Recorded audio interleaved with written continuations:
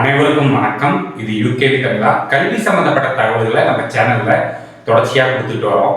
அதே மாதிரி பார்த்தீங்கன்னா ஜேஇஇன்னு சொல்லக்கூடிய ஜாயிண்ட் என்ட்ரன்ஸ் எக்ஸாம் சம்பந்தப்பட்ட தகவல்களையுமே கொடுத்துட்டு வரோம். ஸோ ஜேஇஇ எக்ஸாம் சம்பந்தப்பட்ட ஒவ்வொரு அப்டேட்டுமே கொடுத்துட்டு இருந்தோம். ஸோ அதில் என்ன மாதிரி ப்ரிப்பேர் பண்ணுறது, அந்த தேர்வுக்கு அப்ளை பண்ணுற ப்ராசஸ் கொண்டு சொல்லியிருந்தோம். இப்போ பார்த்தீங்கன்னா ரீசெண்டாக ஒரு என்டிஏலேருந்து அவசரமாக ஒரு அப்டேட் கொடுத்துருக்குறாங்க. அந்த அப்டேட்டுங்கிறது என்னன்னு பார்த்தீங்கன்னா, நம்ம எல்லாருமே ஜேஇஇ செஷன் 1க்கு அப்ளை பண்ண நிறைய ஸ்டூடெண்ட்ஸோட ஃபோட்டோங்கிறது மிஸ்மேட்ச் ஆகிருக்கு. ஃபோட்டோ மிஸ்மேட்ச் ஆகிருக்குன்னா எப்படின்னு பார்த்தீங்கன்னா, அவங்க கேட்ட ரெசல்யூஷன், அவங்க கொடுத்த ஸ்பெசிஃபிகேஷனில் நிறைய பேர் ஃபோட்டோ அப்லோட் பண்ணலை. ஸோ அதுக்காக என்ன பண்ணியிருக்காங்க அப்படின்னு பார்த்தீங்கன்னா, அந்த ஃபோட்டோஸை எல்லாம் சேஞ்ச் பண்ண சொல்லியிருக்கிறாங்க. அதுக்காக அப்டேட் தான் ரீசெண்டாக வந்துருக்குது.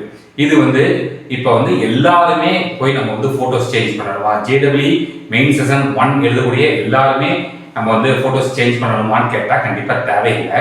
யாருக்கெல்லாம் ஃபோட்டோ மிஸ்மேட்ச் ஆகிருக்கு, இல்லை ஃபோட்டோஸ் அவங்க கொடுத்த ஸ்பெசிஃபிகேஷனில் பண்ணலை அப்படிங்கிறவங்களை மட்டும் என்ன பண்ண சொல்லியிருக்காங்க அப்படின்னு பார்த்தீங்கன்னா, உங்களை ஃபோட்டோ அப்லோட் பண்ண சொல்கிறாங்க.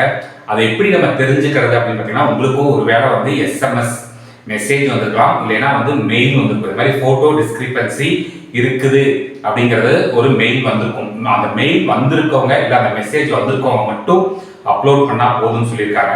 இந்த அப்லோடிங்கான கடைசி தேதி என்ன கொடுத்துருக்காங்க அப்படின்னு பார்த்தீங்கன்னா 17th, அதாவது நாளைக்கு ஜனவரி 17th ஈவினிங் 5 o'clock நம்ம அப்லோட் பண்ண சொல்லியிருக்காங்க.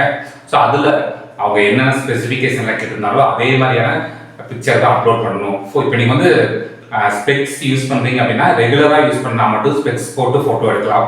அது மாதிரி 80% ஆஃப் த ஃபேஸ் கம்பல்சரி தெரியணும்னு இருக்காங்க. ஏன்னா நிறைய பேர் அப்லோட் பண்ணதில் என்ன ப்ராப்ளம் பார்த்தீங்கன்னா, ஃபேஸ் 80% தெரியல அப்படிங்கிற மாதிரி சொல்லியிருக்காங்க. அதுமாரி ஃபைல் சைஸ் இதுதான் வேணும்னு இருக்காங்க.